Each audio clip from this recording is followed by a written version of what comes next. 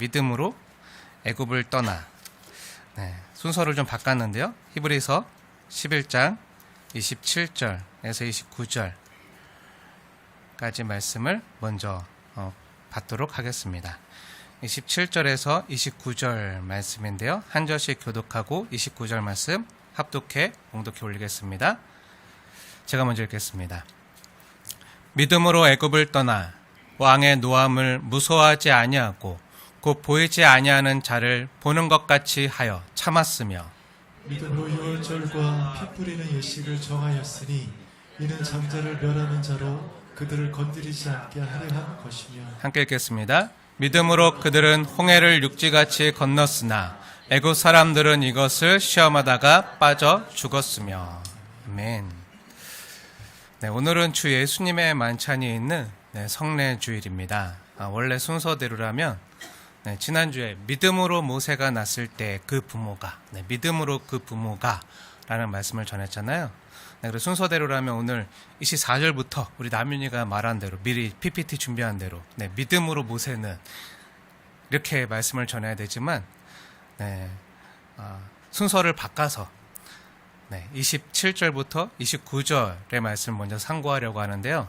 왜냐하면 오늘 본문이 오늘 주님의 이름으로 거행되어질 성찬 예식에 더 적합하고 적실성 있는 본문이라 이 말씀으로 주님이 우리 공동체에게 주는 은혜가 있겠다 생각해서 순서를 바꿨습니다. 믿음으로 모세는 이란 말씀은요, 다음 주에 보다 더 깊이 상고하기로 하고요.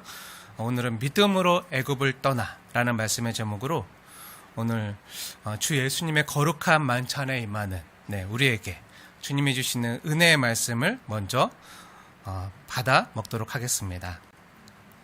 사실 오늘 본문 역시 다음 주에 보겠지만 24절부터 시작되는 믿음으로 모세는 이라는 말씀에 연결된 말씀이에요. 하지만 단순히 모세 한 사람만을 가리키는 내용이 아니라 오늘 본문은요, 모세뿐만 아니라 모세에게 속한 하나님의 백성 공동체, 즉 출애굽 시대 성도들인 광야교회 성도들 모두를 가리키는 말이에요. 29절 보시면 믿음으로 모세는 하지 않고 뭐라고 나오죠? 29절 말씀. 우리 29절 같이 읽어볼까요? 29절 시작. 믿음으로 그들은 홍해를 육지같이 건넜으나 애굽 사람들은 이것을 시험하다가 빠져 죽었으며. 믿음으로 모세는 하지 않고 믿음으로 뭐라고 나오죠? 믿음으로 그들은 이라고 나와요. 모세 한 사람만의 믿음의 이야기가 아니라는 거예요. 믿음으로 그들은 하나님께서는요, 어떤 특정한 한 사람만이 아니라 어떤 특정한 시대의 교회, 그 공동체 전체를 가리켜서요, 교회된 그들 역시 믿음으로 살았다. 믿음으로 그들은 하면서 칭찬하시며 인정하시는 거예요. 그들 역시 다 믿음으로 살았다. 성경에는 이 출애굽한 하나님의 백성 공동체를 가리켜서 사도행전 7장 38절 스데반의 설교에 보면요, 광야교회라고 지칭하고 있어요. 그러니까 뭐죠? 신약시대에만 교회가 있는 게 아니라 구약시대에도 교회가 있었다는 거예요. 그리고 그 교회의 중요한 특징이 뭐죠? 오늘 본문은요, 교회된 성도들은 이 땅에서 믿음으로 산다는 거예요. 믿음으로 그들은 산다. 이거예요. 그럼 믿음으로 산다는 게 뭐죠? 결론부터 말하자면 첫째는 죄로부터 떠나는 거고요. 믿음으로 애굽을 떠나. 죄의 자리를 떠나는 거고요. 둘째는 주님의 거룩한 교회로 지어지는 거예요. 교회가 되는 거예요. 거룩해져 가는 거예요. 그래서 교회된 성도는 어떻게 살아야 되죠? 죄로 상징되어지는 애굽을 떠나 보이지 아니하시는 하나님께로 나아가야 돼요. 우리 27절 말씀 다시 한번 읽겠습니다. 시작. 믿음으로 애굽을 떠나 왕의 노함을 무서워하지 아니하고 곧 보이지 아니하는 자를 보는 것 같이 하여 참았으며. 믿음으로 교회는 교회가 뭐죠? 건물이 교회가 아니잖아요. 저와 여러분이 교회잖아요. 예수님의 영이 내주하는 성령님이 함께하는 저와 여러분 한 사람 한 사람이 성도가 바로 교회인데요. 네, 이 성도들은 어떻게 산다고요? 믿음으로 애굽을 떠나 산다고요. 그리고 세상에 왕의 노함을 무서워하지 아니하고 보이지 아니하시는 하나님을 보는 것 같이 하여 살아간다는 거예요. 여기서 우선 믿음으로 애굽을 떠난다는 것은요, 죄로부터 떠나는 것을 말해요. 이 말은 단순히 어떤 특정한 장소를 떠나라는 의미만이 아니에요. 물론 나로 하여금 늘 죄짓게 만드는 환경이나 사람들이 있다면요, 그 장소를 떠나야 해요. 아브라함이 그 갈대아 우르, 그 우상 공장이었던 그 다 우상 짓고 다 그렇게 사는 곳을 영광의 하나님을 만난 다음에 떠난 것처럼 늘 우리로 하여금 죄 짓는 환경 가운데 있도록 늘 죄 짓게 만든다면 그 사람들이나 환경을 떠날 필요가 있어요. 하지만 그 장소를 떠나서도요, 사람이 안 바뀌면 바뀐 장소에 가서도 여전히 죄를 짓고 살아가는 거예요. 어쩌면 장소보다 더 떠나기 어려운 게 죄의 습관 같아요. 죄된 습관들. 장소가 바뀌어도요, 시간이 바뀌어도요, 죄를 떠나지 못하는 사람들이 많아요. 마치 흔한 말로 똥개가 똥을 못 끊는 것처럼 죄인들은요, 죄를 끊지 못하고 습관처럼 반복되는 죄에 묶여 살아가는 사람들이 많아요. 죄인이 누구죠? 나죠, 나. 우리가 죄인이죠.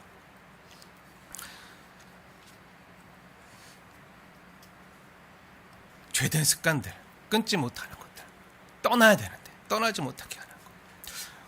다 다를 수 있어요. 다 다를 수 있지만 어떤 사람은 게으름일 수도 있고요. 어떤 사람은 술, 담배일 수도 있고요. 어떤 사람은 음란일 수도 있고요. 또 어떤 사람은 시기나 미움일 수도 있고요. 또 어떤 사람은 돈이나 탐심일 수 있어요. 여기에 묶여서 죄에 중독되어 살아가요. 그런데 우리가 세상의 쾌락과 제약을 즐기고 중독되어 살아갈 때 잠시 잠깐은요, 그게 나에게 만족을 주는 것 같고 짜릿함과 즐거움을 주는 것 같지만 사실은 어떻죠? 죄 짓고 나면 오히려 죄책감과 무력감과 자괴감만 더 커져가는 경우가 많아요. 죄 짓고 나면 기분이 기쁘고 행복해져야 되는데 오히려 그렇지 않고 어두워지고 더 마음이 힘든 경우가 많아요. 사랑하는 여러분, 한번 생각해 보세요. 여러분이 은밀히 죄 지었을 때 그 죄가 정말 여러분에게 행복을 가져다 주었습니까? 기쁨과 평안을 주었습니까? 여러분의 그 탐심과 욕심이요, 정말 여러분을 만족하게 해 주었습니까? 미움과 분노가요, 정말 여러분을 살렸습니까? 아니죠. 애굽은요, 언제나 우리를 다시 사로잡아서 노예로 만들어요. 죄는요, 언제나 하나님의 형상이요, 자유인인 우리를 사로잡아서 노예로 전락시킨다고요. 그래서 더 비참하게 하고 지옥을 경험하게 하는 게 죄예요. 하나님께서는 자신의 사랑하는 자녀들이요, 이렇게 죄의 노예로 비참하게 살아가는 꼴을요, 못 보세요. 하나님께서 이스라엘 백성들을 출애굽시키고 애굽에서 나오게 한 건요, 그들을 힘들게 하려거나 그들이 애굽에서 누렸던 그 즐거움을 빼앗기 위함이 아니라 그들에게 진정한 자유와 행복을 주기 위함이었어요. 하나님의 자녀들이니까 진정 자유롭게 행복하게 살 수 있도록 나오게 한 거예요. 구출해내신 거예요. 그리고 하나님은 그냥 떠나라고만 말씀하지 않으시고요, 먼저 어떻게 하셨죠? 먼저 6월절 어린 양을요, 준비하셨어요. 백성들의 출애굽이 먼저가 아니라 6월절 어린 양이 먼저예요. 아까 우리가 찬양했지만 6월절 어린 양이 먼저예요. 먼저 피를 흘렸다고요. 그게 먼저예요. 먼저 어린 양의 피를 하나님께서 준비하셨어요. 사랑하는 여러분, 왜 6월절이죠? 왜 6월절인 거죠? 예전에 제가 6월절이 뭐죠? 하니까 6월에 지키는 절기요 라고 누가 그랬는데, 6월에 지키는 절기가 6월절이 아니라 6월절이 뭐죠? 넘어갈 유, 넘어갈 월, 넘어가고 넘어간다 해서 6월절이라고 했어요. 6월절. 그럼 뭐가 넘어가는 거죠? 하나님의 심판이 넘어가는 거예요. 죄가 넘어가는 게 아니라 죄는 그대로 있는데 그 죄에 임하는 하나님의 심판, 그 하나님의 저주와 형벌과 심판이 넘어가는 거예요. 넘어가고.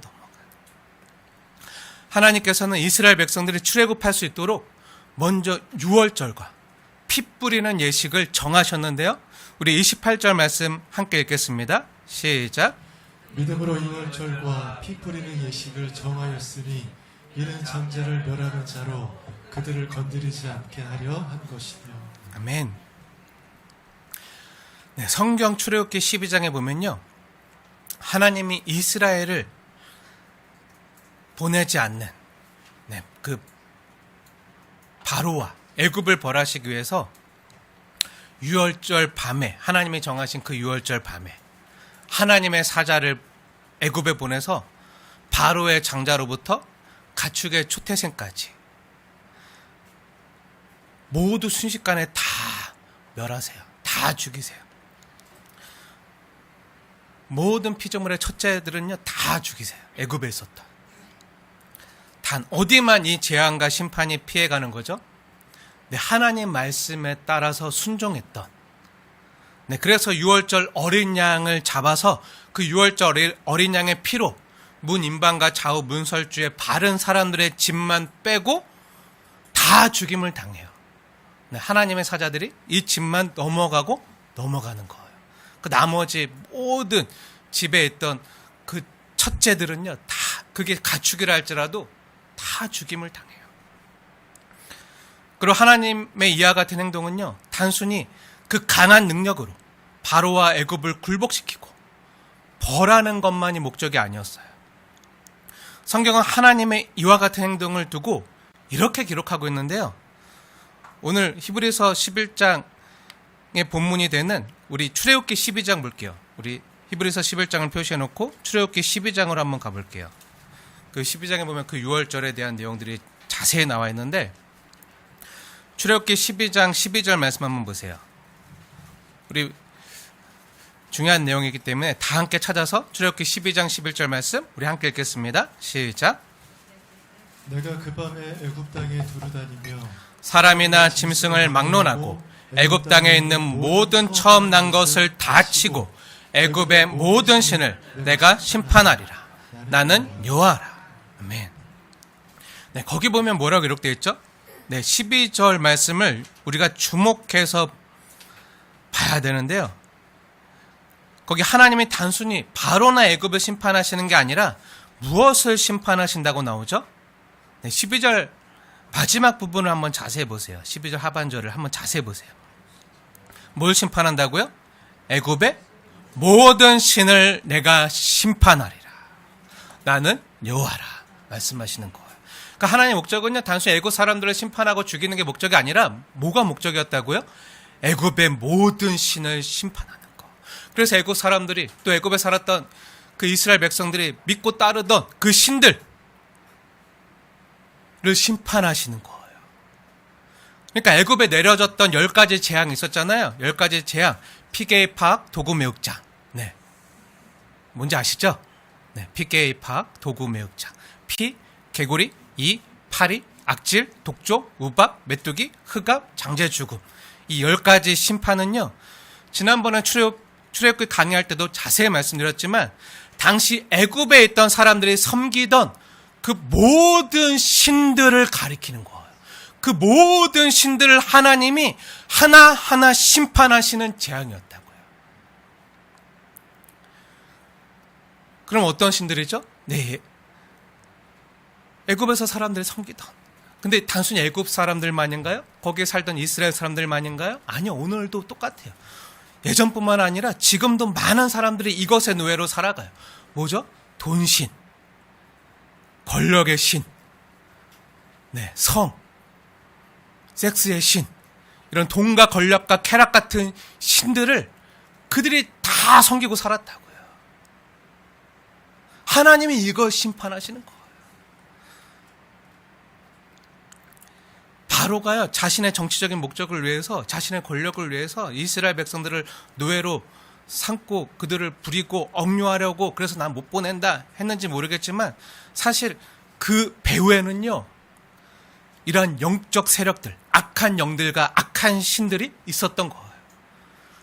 그러니까 우리 배후에서 역사하는 이러한 공중권세 잡은 자들, 악한 영들이요, 우리가 하나님을 자유롭게 섬기려 하는 그 자유를 빼앗아가는 박탈하는 세력이라 할 수 있고요.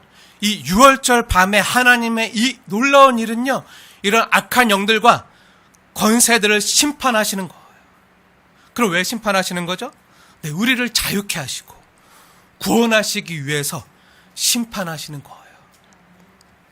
사실 하나님의 구원은요, 우리를 죄와 심판으로부터 건져내시는 거예요. 구원하시는 거예요.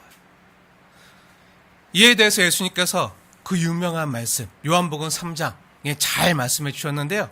우리가 너무 잘 아는 말씀, 요한복음 3장 16절에 뭐라고 기록되어 있죠? 하나님의 세상을 이처럼 사랑하사 독생자를 주셨으니 이는 그를 믿는 자마다 멸망하지 않고 영생을 얻게 하려 하심이니라 말씀하신 다음에 뭐라고 또 예수님께서 말씀하시죠? 너무 중요하기 때문에 우리 같이 볼게요.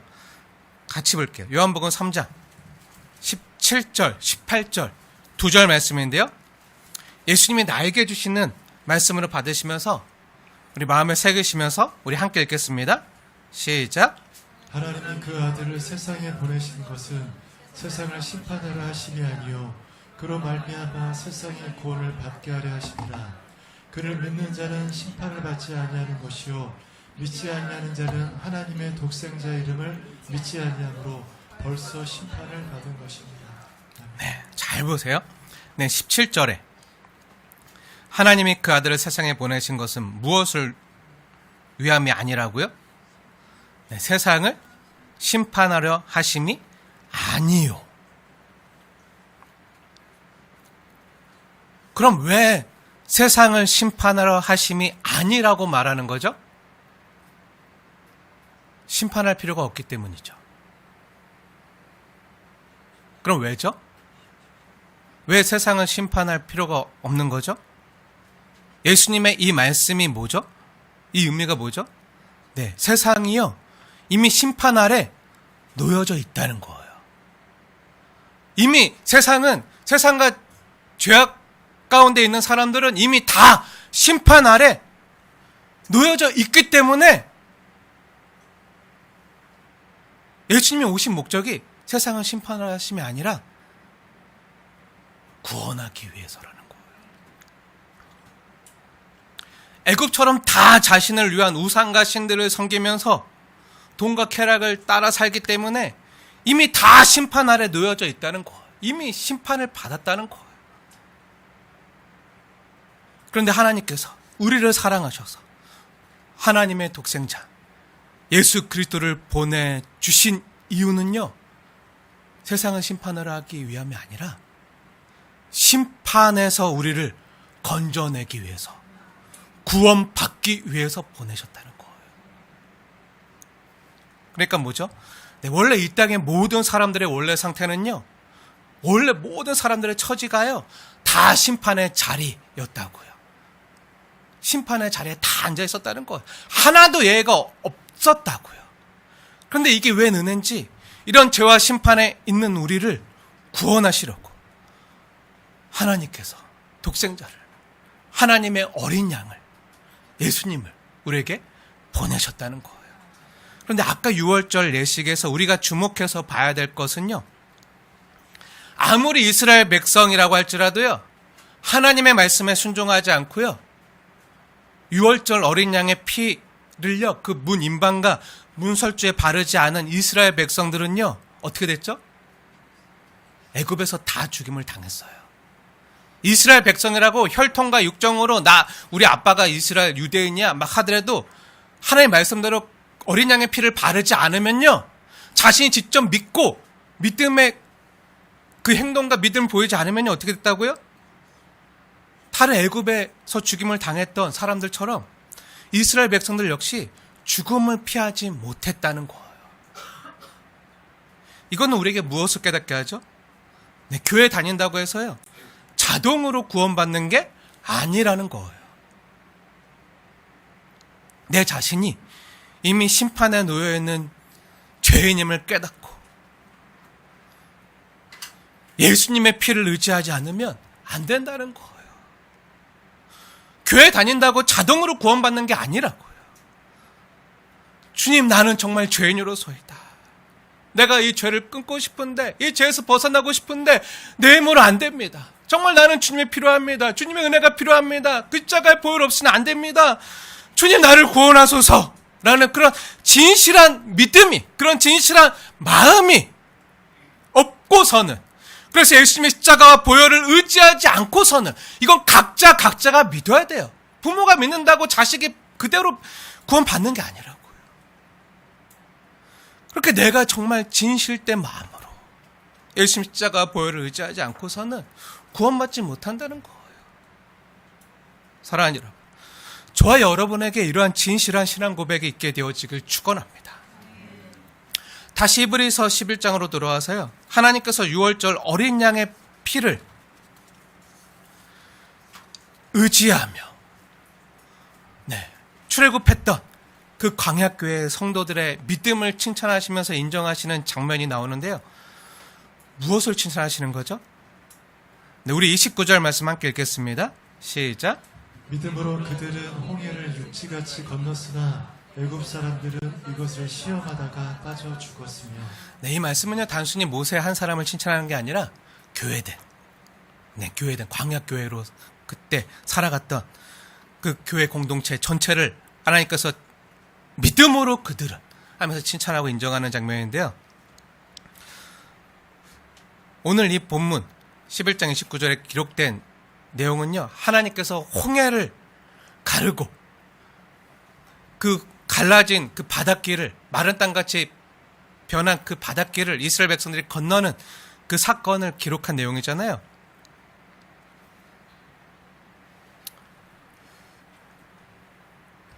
하나님의 백성들이 우리는 저기 가서 하나님을 예배하겠소 하니까 못 보내, 안 돼, 못 떠나 하면서 바로가 계속 잡자. 하나님 어떻게 하시죠? 10가지 재앙을 내리시고 마지막 장자의 재앙, 6월절에 그 장자를 치셔서 파라오의 첫째 아들뿐만 아니라 애굽의 모든 장자들을 치셔가지고 더 이상 어떻게 할 수 없도록 항복하게 만든 다음에 이제 떠나보냈잖아요. 근데 하나님의 백성들이 이렇게 하나님을 예배하고 섬길 자유를 얻어서 이제 떠나게 되자, 조금 있다 보니까 파라오가요, 못 견디고 못 참겠는 거예요. 이 꼴을 보지 못하고, 아니 지네들이 나를 안 섬기고, 이 태양의 신인 나를 안 섬기고, 하나님을 섬기겠다고가? 내가 그 꼴 못 보지 하고 어떻게 하죠? 다시 그들을 사로잡아서 노예 삼으려고 애굽의 바로와 군사들을, 그 군병들을, 병거들을 보내잖아요. 하나님의 백성들을 다 사로잡아 또 잡아오고 노예 삼고 또 죽이기 위해서 뒤에서 무섭게 쫓아왔어요. 이스라엘 백성들 입장에서는요, 정말 큰일이 났어요.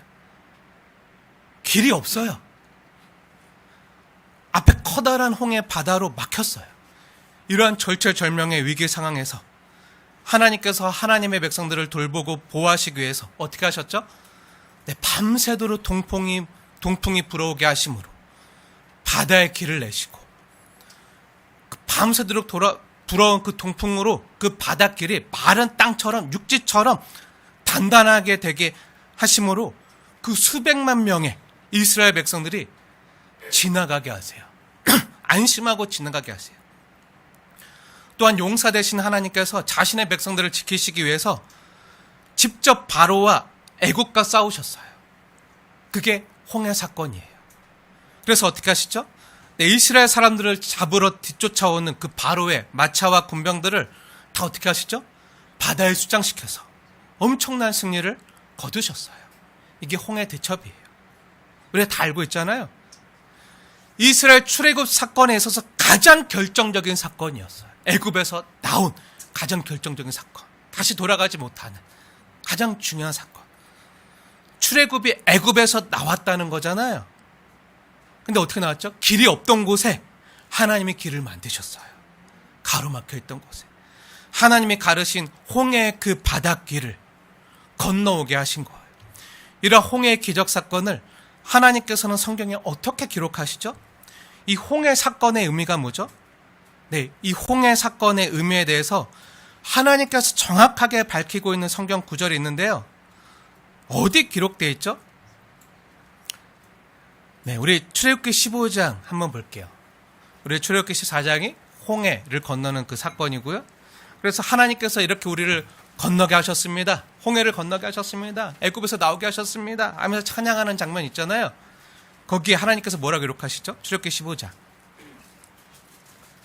그래서 하나님께서 이 출애굽 사건이 이 홍해를 건넌 사건에 대해서 정확히 알려주고 계신데요. 너무 중요하기 때문에 다 같이 찾아서 볼게요. 출애굽기 15장 13절 말씀. 우리 함께 마음에 새기면서 읽겠습니다. 시작. 주의 인하심으로 주께서 구속하신 백성을 인도하시되 주의 힘으로 그들을 주의 거룩한 처소에 들어가게 하시나이다. 아멘. 네, 잘 보세요. 주의 인자하심으로 주께서 구속하신 백성을 인도하시되. 여기서 구속이 뭐죠? 우리를 구원하기 위해 속전을 치른 거예요. 구원하기 위해 속전이 뭐죠? 대가를 치른 거예요. 구원하기 위해 그 어린 양의 피, 유월절 어린 양의 피를 흘려. 그 언약의 피를 흘려. 장차 이게 예수님의 십자가의 피잖아요. 그러니까 구약에 있었던 광야교회 성도들도요.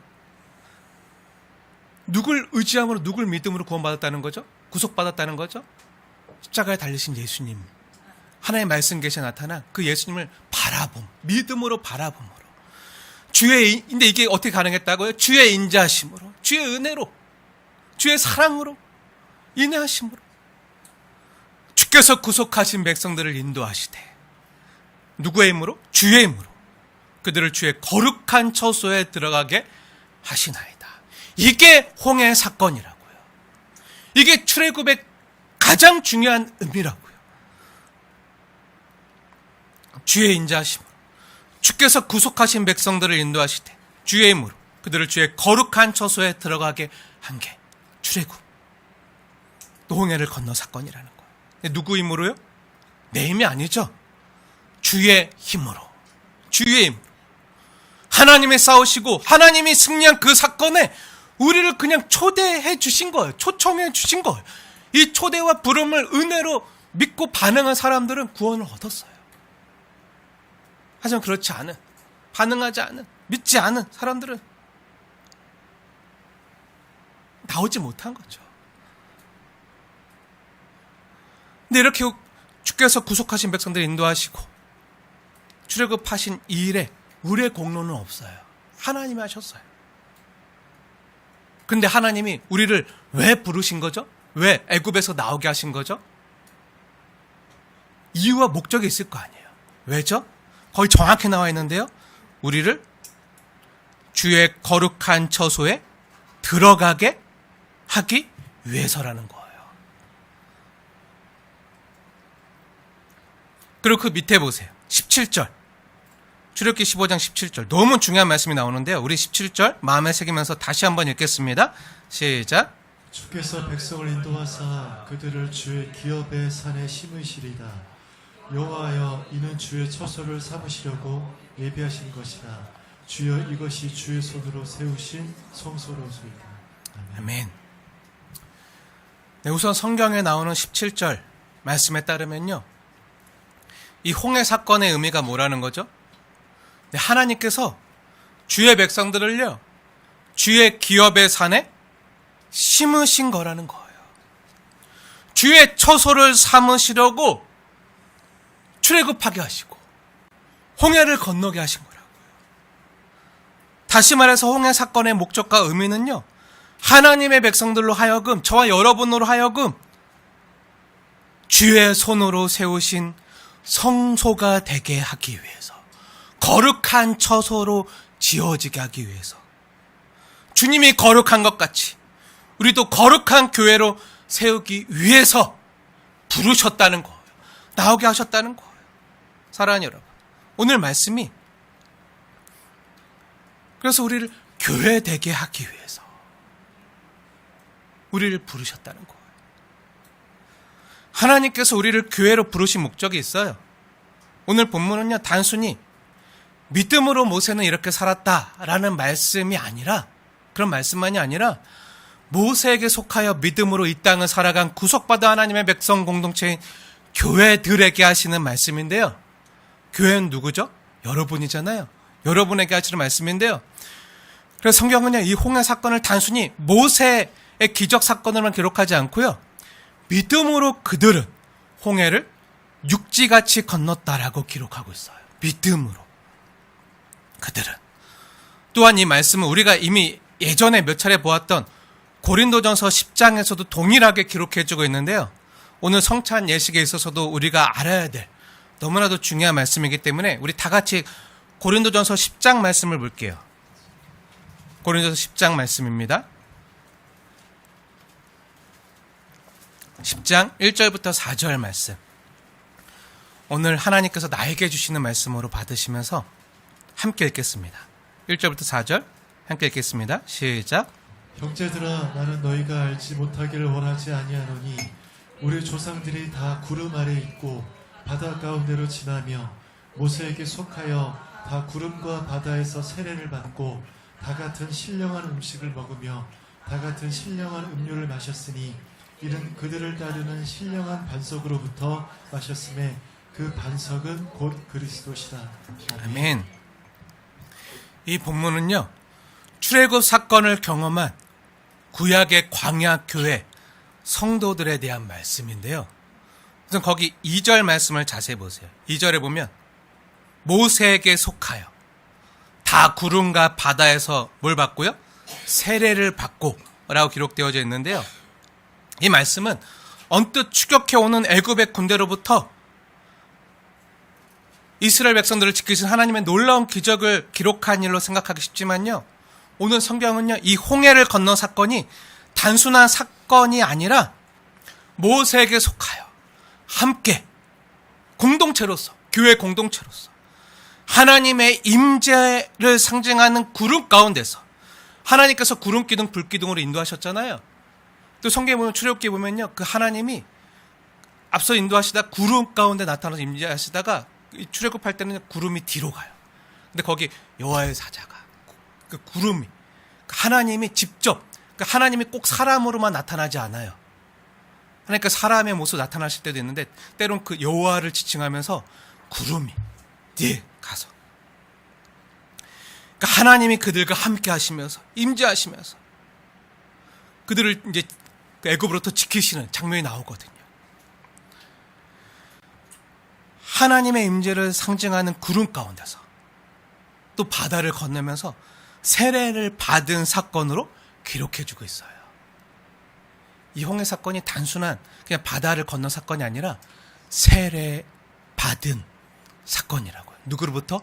하나님으로부터 직접 세례를 받아 거룩한 공동체로, 교회 공동체로, 거룩한 처소로, 예배자로 세우시기 위해서, 너는 이제 내 애굽에서 나왔다, 죄에서 떠났다, 이제 너는 나를 섬기는 예배자다, 거룩한 백성이다, 제사장 나라다, 그러기 위해서 세례를 베푸신 사건이라고요.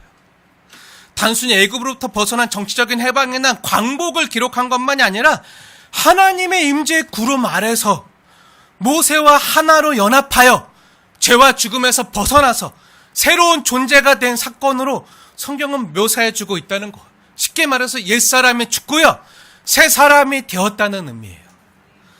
말하자면 이 홍해 사건은요, 그동안 애굽에서 노예 살던 이스라엘 백성들을 하나님이 건져내어서 홍해를 건너게 하심으로 여호와의 기업의 산에 심으신 거라는 거예요. 여호와의 처소로, 거룩한 처소로 심은 거예요. 다시 말해서 애굽의 노예 상태를 벗어나게 하신 거라는 거예요. 우리에게 적용하면 죄의 노예된 상태에서 벗어나게 하신 거, 죄에서 벗어나서 어떻게 해요? 이제 교회가 되게 하신 거. 죄와 사망의 자리에서 건져내서 생명과 성령의 영역으로 옮겨 심으신 것. 하나님의 기업의 산으로 옮겨 심겨진 상태가 되었다는 거예요. 교회가 되었다는 거예요. 그럼 이러한 홍해 사건이 의미하는 매우 중요한 의미는 뭐죠? 네, 하나님의 백성들에게 더 이상 죄와 사망의 세력은요, 힘을 쓸 수 없다는 거예요. 다 수장돼 죽었다는 거. 더 이상 영향력을 행사할 수 없다는 거예요. 또한 하나님의 백성들 역시 이 죄 세력에 대해서는 이 자유를 얻었다는 거예요. 해방되었다는 거예요. 자유한 자들이 되었다는 거예요. 죄와 속박에서 얽매였던 그런 노예 신분에서 완전히 벗어나서 이제 하나님을 자유롭게 섬길 수 있는 자유인이 되었다는 거예요. 이건 역시 제 주장이 아니라 하나님의 말씀에 성경이 증언해주고 있는데 어디서 그렇게 증언하고 있죠? 네, 로마서에서 말하고 있는데요. 우리 로마서 말씀 오늘 본문과 연관이 있기 때문에 너무 중요하기 때문에 같이 찾아서 볼게요. 로마서 6장 말씀 우리 찾아서 함께 읽겠습니다. 로마서 6장인데요. 신약성경 로마서 6장 다 같이 찾아서 보겠습니다. 우선 로마서 6장 1절부터 3절 말씀 찾아서 함께 읽겠습니다. 시작. 그런즉 우리가 무슨 말을 하리요? 은혜를 더하게 하려고 죄에 거하겠느냐? 그럴 수 없느니라. 죄에 대하여 죽은 우리가 어찌 그 가운데 더 살리요? 무릇 그리스도 예수와 합하여 세례를 받은 우리는 그의 죽으심과 합하여 세례를 받은 줄을 알지 못하느냐. 네. 여기 보면 뭐라고 말하죠? 네, 세례 받은 사람은 더 이상 죄 가운데 거할 수 없다는 거예요. 세례 받은 의미가 뭐죠? 네. 이 출애굽한 백성들의 이야기로 얘기하면요. 그 옛날 출애굽한 백성들은요. 이제 나왔잖아요. 자유인이 됐잖아요. 더 이상 애굽 백성이 아니에요. 하나님 백성 되었기 때문에 애굽 백성이 아니기 때문에 죄에 노예된 상태로 더 이상 살 수 없다는 거예요. 죄에 거할 수 없다는 거예요. 죄에 대해서는 죽었다는 거예요.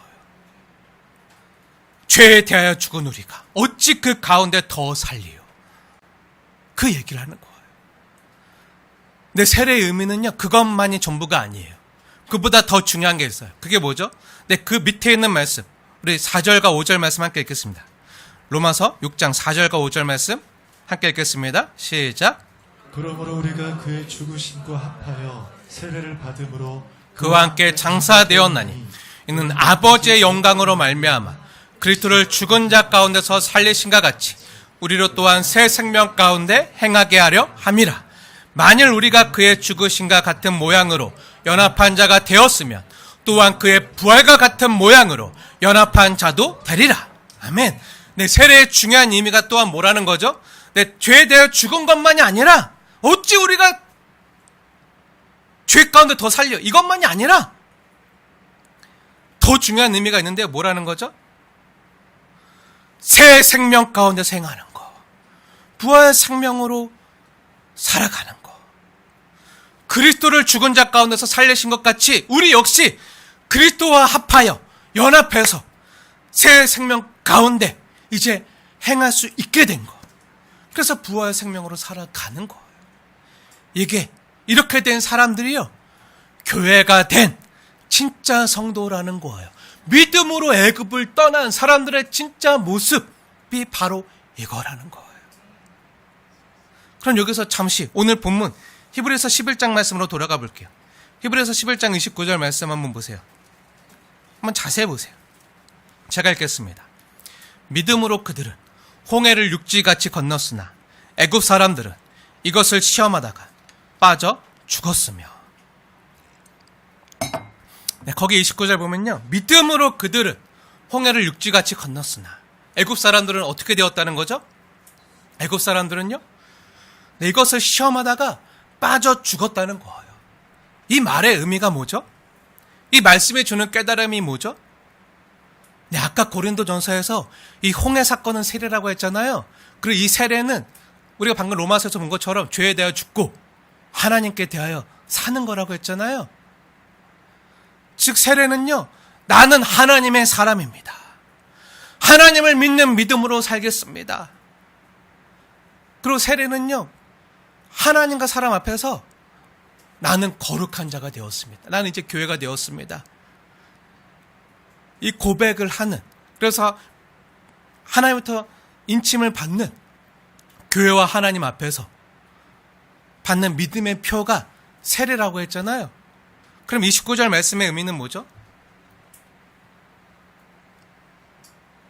애굽 사람들은 이것을 시험하다가 빠져 죽었으며. 이 의미는 뭐죠? 너무 두려운 말씀인데요, 여러분이 교회를 다니고요, 세례를 받고요, 또 잠시 뒤에 거행되어질 성찬 예식에 참여한다고 하더라도요, 여전히 애굽 사람처럼 죄 가운데 거하며 살면서 교회 나오고 세례도 받고 성찬 예식에 참여한다고 할지라도 이 예식이 마치 어떤 마법이나 주술처럼 여러분을 구원할 수 없다는 거예요. 교회 생활이나 세례나 성찬 예식은 하나님께서 우리에게 은혜를 주시는 너무 고귀한 수단이지만, 하나님은 우리에게 은혜를 주시는 수단이 두 개 있어요. 하나는 뭐죠? 보이지 아니하는 하나님의 말씀을, 그 선포되어지는 말씀으로 은혜를 주세요. 말씀으로 은혜 주시고, 또 보이는 은혜인 성찬과 세례를 통해서 은혜를 주세요. 이 두 가지를 통해서 하나님께서 교회 공동체에 은혜를 주시는데, 너무 고귀한 은혜의 수단이지만, 하지만 우리가 이 성찬이나 세례를 행할 때 나의 진실한 믿음이나 주님의 보혈이나 은혜를 신뢰하는 마음 없이 그냥 난 여전히 애국 사람처럼 살 거야, 나 애국 사람처럼 살 거지만 구원 받으면 좋은 거니까, 그리고 혹시 지옥이 있으면 어떡해, 그러니까 난 지옥 가긴 싫으니까 그냥 나 교회 나가지 뭐, 교회 나가고 이 예식을 나도 행하지 뭐, 나 세례 받았으니까 나 이제 성찬에 참여하지 뭐, 그럼 자동으로 구원 받겠지 뭐. 절대 그렇게 착각하지 말라는 거예요. 애굽 사람들은 이것을 시험하다가 빠져 죽었다는 거예요. 잠깐은요, 이스라엘 백성들처럼 바다의 길이 나고, 그래서 그들도 그 땅을 하나님의 백성들처럼 마른 땅을 잠시 걸을 수는 있겠지만, 교인 행세를 할 수 있겠지만, 결국 뭐라는 거죠? 내 주님의 은혜를 힘입지 않고서는요, 결국 빠져 죽는다는 거예요. 빠져 죽는다는 거. 사람의 애씀이나 노력이나 흉내로, 사람 수준의 노력으로는요, 결코 구원받을 수 없다는 거예요. 한번 생각해 보세요. 그 애굽 백성들이, 애굽 군사들이 홍해 바닷길이 열렸을 때, 마른 땅같이 되었을 때, 그때 거기 왜 들어왔죠? 죽을 줄 알고 왔나요? 죽을 줄 알고 거기 들어와서 추격하고 있나요? 아니죠. 죽을 줄 아무것도 생각 안 했어요. 그들도 안 죽을 걸 믿고 들어왔다고요. 안 죽을 걸 믿고. 죽을 줄 믿고 들어오면 어떻게 들어와요? 잠시 내 힘으로, 이 병거로, 우리 가진 군사력으로, 우리 사람의 잠깐은 그런다고 죽겠어 하고, 그들도 그런 믿음으로 오지만, 근데 진짜 구원받는 믿음은요, 사람 수준의 어떤 노력이나 애씀이나 그런 거로 되는 게 결코 아니라는 거예요. 교회 나온다고, 세례 받는다고, 성찬 예식에 참여한다고, 어떤 흉내를 낸다고, 신앙의 어떤 예식을 거행한다고, 물론 너무나도 다 은혜로 하나님 은혜를 주시는 수단이지만, 근데 그 하나님이 주시는 은혜의 수단인 말씀과 성례를 통해서, 성찬과 세례를 통해서 정말 나는 죄인입니다, 나의 힘으로는 이 죄를 끊을 수 없습니다, 그래서 나는 예수님의 보혈이 필요합니다, 예수님 보혈 없이는 다설 수 없습니다, 주님의 은혜가 필요합니다 하고 진심으로 내 자신이 누가 믿어라고 해서 믿는 게 아니라, 교회 가자고 해서 억지로 끌려나오는 게 아니라, 내가 진심으로 그렇게 고백하고 붙들고 예수님만 바라보지 않고서는 어떻게 된다는 거죠? 애굽 사람들처럼 된다는 거예요. 사람의 애씀이나 노력이나 흉내로, 사람 수준의 노력으로는요, 결코 구원받을 수 없다는 거예요. 그러니까 뭐라는 거죠? 하나님은요, 우리의 신앙생활, 교인 흉내나 형식적인 예식을 원하는 게 아니라 뭐라는 거죠?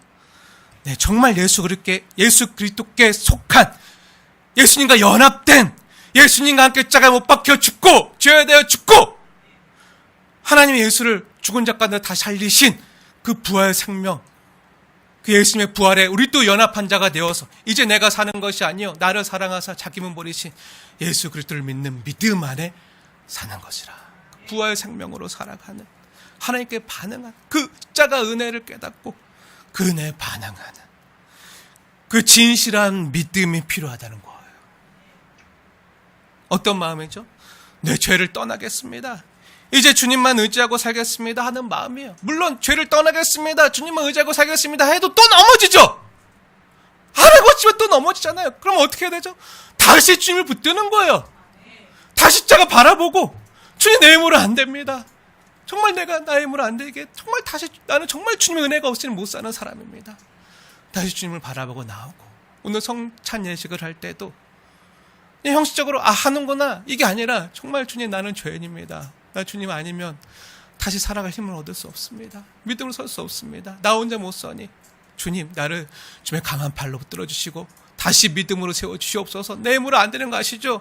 그래서 주님이 출애굽한 이스라엘 백성들을 거기 주의 거룩한 처소로 세우게 심으신 것처럼 주님 나도 거기서 건져서 나도 주님의 손으로 심어주시오. 내 수준으로 안 되는 거 아시죠? 내 힘으로 안 되는 거 아시죠? 그 주의 힘으로, 주의 은혜로, 사람 수준의 내 어떤 노력이나 형식이나 행함이 애씀이 아니라 하나님의 은혜로, 주님의 보혈로, 그 보혈을 정말 내가 믿고 의지하는 마음으로, 믿음으로 내가 이 길을 걸어가겠습니다. 그렇게 죄에 대해 죽고 하나님께 대하여 살겠습니다. 거룩한 처소로 지어져 가겠습니다. 교회가 되겠습니다. 이걸요 거듭남이라고 해요. 이걸 중생이라고 말해요. 그리고 중생한 사람들을요 성도라고 그래요.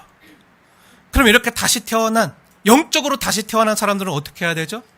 네, 먹어야 살아요. 생명이 있기 때문에 먹어야 돼요. 갓난 아기가 먹어야 태어났잖아요. 다시 태어났잖아요. 영적으로 다시 태어난 우리는 다 어떻게 보면 영적인 갓난 아기예요. 근데 먹어야 살지 그냥 했으면 어떻게 되죠? 죽어요. 먹어야 살잖아요. 그래서 하나님으로부터 생명을 얻고 다시 태어난 사람들, 다시 말해서 거룩한 교회가 된 사람들은요 신령한 음식을 먹는 거예요. 그게 뭐죠? 말씀을 먹어야 살아요. 살아있기 때문에 하나님 다시 우리에게 주신 생명이 있어요. 하나님 주신 생명이 있기 때문에 배고픔을 느껴요. 이 말씀에 대한 갈망을 느낀다고요. 배고픔을 느끼고. 그리고 영적인 배고픔이 있는 성도들은요 이 말씀을 먹어요. 선포되는 말씀을 받아 먹고 기록된 이 말씀, 하나님 말씀을 묵상하며 먹는다고요. 갓난 아기가 또한 부모를 찾는 것처럼 하나님의 자녀들도요 하나님을 찾아요. 갓난 아기가 부모 품이 그립거나 필요한 게 있으면 우는 것처럼 하나님의 자녀들도 아버지께 그래서 기도하는 거예요. 이게 하나님의 백성된 교회된 성도들의 생존 방식이에요. 이 땅에서의 생존 방식이에요. 그리고 우리는 이렇게 주님으로부터 오는 은혜와 생명을 먹지 않고서는요 살아갈 수 없는 존재예요. 교회의 생존 방식이에요. 마치 광야에서 하나님이 주시는 만나와 반석에서 나는 물을 마시지 않고서는 살 수 없었던 백성들처럼 저와 여러분 역시 마찬가지예요. 예전에 한번 은혜 받았다고 말씀 안 먹고 기도 안 하고 주님이 주신 이 은혜의 수단인 성찬에 참여하지 않고 살면요 힘을 낼 수 없어요. 영적인 힘을 낼 수 없어요.